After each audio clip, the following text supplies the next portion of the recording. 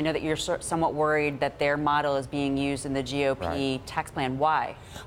It's it's a junk model, basically. I mean, if you believe their model, then these huge amounts of capital are going to flood in. Their model is one in which there's this floating pool of capital that will respond enormously to any cut in the corporate tax rate. So they themselves are pretty much admitted. Their thing claims that $6 trillion worth of foreign capital would come in over the next decade in response to the Republican tax cuts, which is not plausible. If that were true, then you could get something like the 3% extra growth that they're claiming. By the way, that's 3% total, not per year, not what not what these people are saying.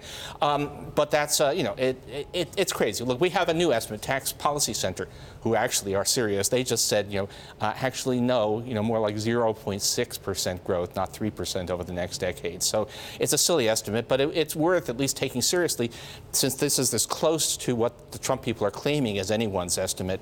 What would that imply on the side? Big picture, obviously, the talking point, the main argument for the advocates of this tax bill is that, we haven't seen wage growth and we need tax reform to get that wage growth. We haven't seen steady 3% GDP growth. Tax reform would get us there.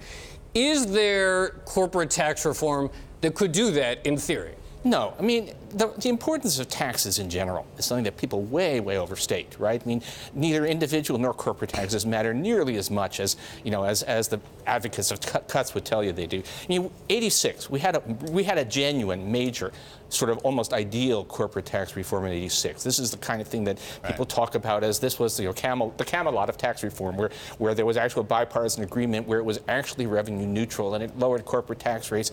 And you look in the growth numbers for the effects of that ideal tax reform, and boy, you don't see it. You need a magnifying glass to even have a hint. So if that's not going to produce big effects on growth, why would you think that this sort of hashed together, thrown thing is going to do the things?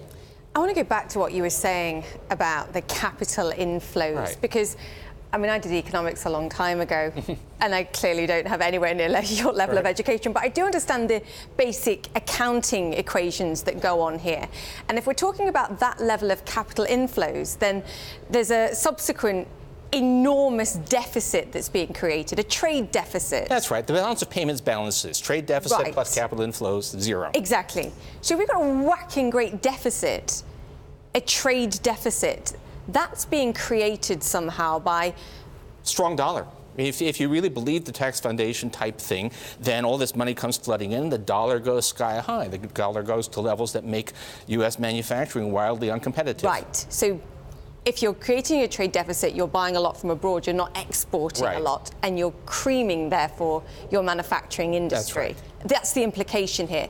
How many jobs are we talking about then? Can you put a price on it? Yeah, I did a back of the envelope. Well, suppose I believed, this is all in subjunctive, if it were the case that I were to believe in the tax foundation thing, how big trade deficit would we be getting? It's humongous. And it ends up being there would be something like 2 million manufacturing jobs lost.